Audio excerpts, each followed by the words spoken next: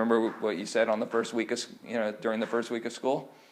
Okay, now it's time to talk about why am I the only white guy in the room? How does it change the way you look at yourself or look at your community when the only people in your building that, the people in charge are white?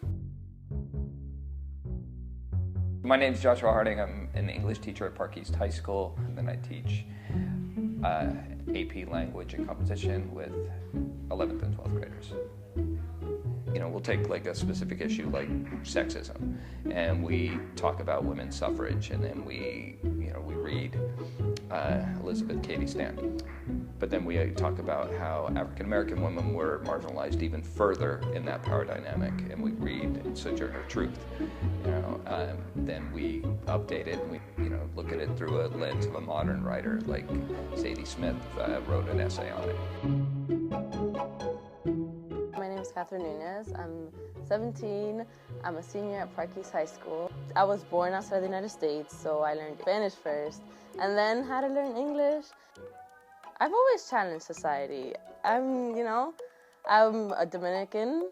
I'm proud to be one, and it's just like I know the expectations for Dominican females is just to be a housewife, and that's not me. I don't see myself in that way. So I've always challenged it. He just has given me other ways to challenge. Reading The Awakening, I was really surprised at how into that book the kids were. They ate it up, and it seemed new to them, which surprised me. Especially when they saw somebody like Edna in The Awakening, the kids just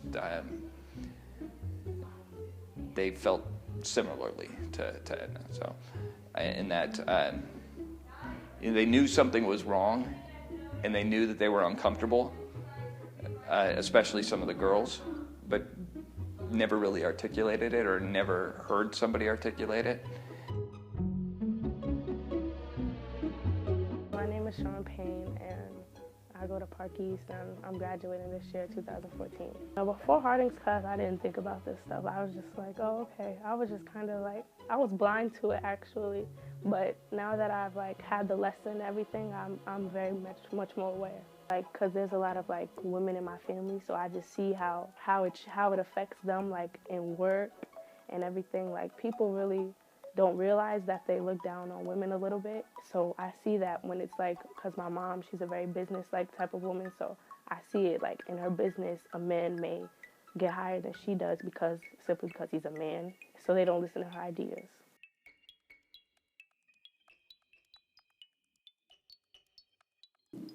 I believe that these communities have been underserved historically, and I feel that I should do something to help. But I do think that there's something, as far as just the optics, about having the only middle-class white person in the room is in front of the board, and I do have a lot of problems with that. At the end of this course, I want my students to be able to, see anything, read anything, and be able to break it down and not be manipulated. And I want them to be able to form their own arguments and then articulate it. I definitely think that when you learn something new, you get a new sense of power, especially if you can apply it to what you do outside of school.